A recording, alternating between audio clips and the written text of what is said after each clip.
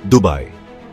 नाम सुनते ही आंखों के सामने ऊंची ऊंची स्काई स्क्रेपर्स, बड़े बड़े मॉल्स और एक ऐसी लाइफ आ जाती है जिसके बारे में बहुत लोग सिर्फ सपने देखते हैं। ये शहर जो रेगिस्तान की रेत से निकलकर खड़ा हुआ है, एम्बिशन और प्रोग्रेस का सिंबल है। ये दुनिया भर के लोगों को अपनी तरफ खींचता है, उन्हें अपनी किस्मत बदलने का मौका देने का वादा करता है। लेकिन आज हमें एक बहुत इंपॉर्टेंट सवाल पूछना है।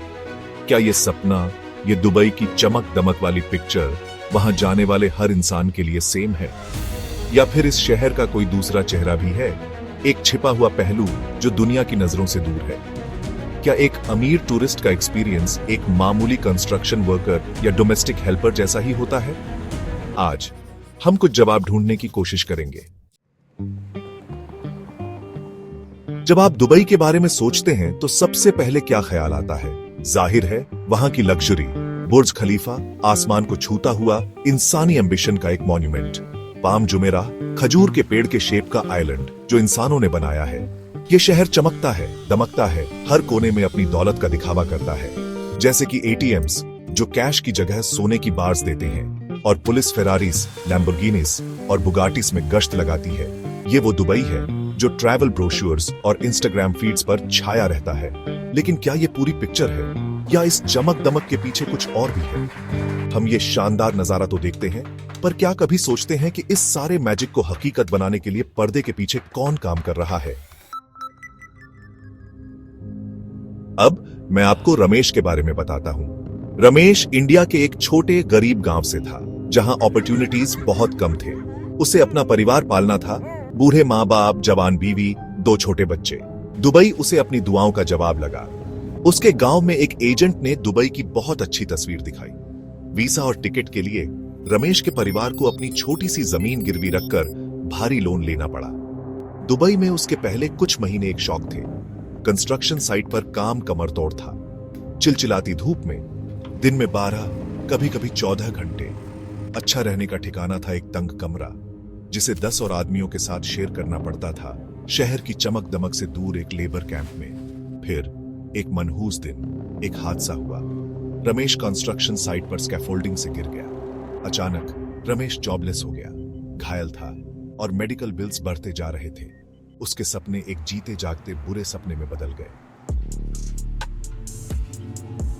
रमेश की कहानी कोई अकेली घटना नहीं है, ये उस सिस्टम का सीधा नतीजा है जो दुबई और कई दूसरे गल्फ देशों में चलता है, कफाला या स्पॉन्सरशिप सिस्टम। कफाला के तहत एक माइग्रेंट वर्कर का वीजा और लीगल स्टेटस सीधे उसके एम्प्लॉयर से जुड़ा होता है। इससे एम्प्लॉयर को वर्कर पर बहुत ज्यादा पावर मिल जाती है।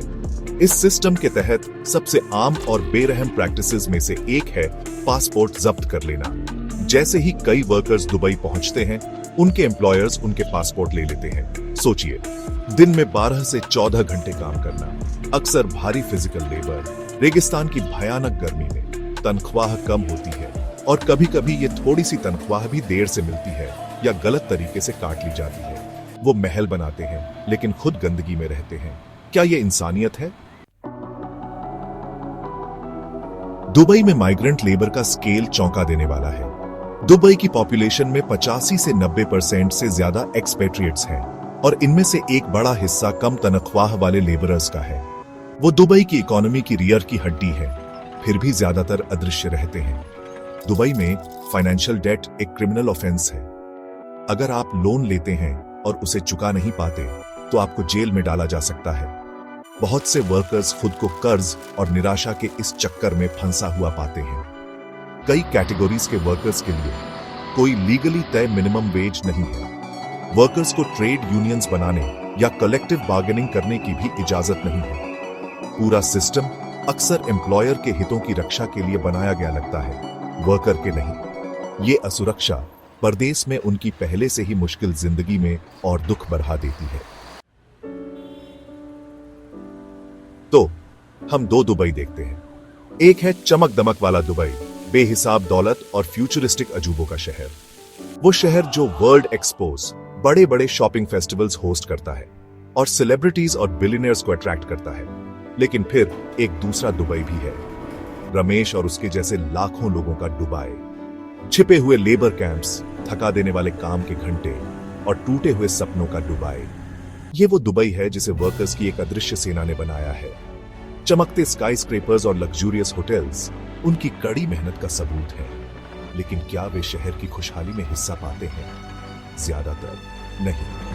ये सिर्फ दुबई की कहानी नहीं है, ये हमारे मॉडर्न वर्ल्ड की कहानी है, एक ग्लोबल इकोनॉमिक सिस्टम की जो अक्सर लोगों से ज्यादा प्रॉफिट को प्रायोरिटी देता है। सच्ची तरक्की वो है जो सबको साथ लेकर चले और हर इंसान की डिग्निटी और राइट्स का सम्मान करे।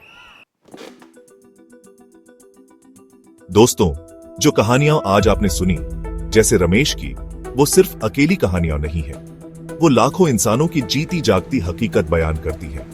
उनकी उम्मीदें, उनका संघर्ष, उनका दर्द, सब कुछ बहुत रियल है। हम उनकी इस हालत से आंखें नहीं मूंद सकते, हमें मूंदनी भी नहीं चाहिए।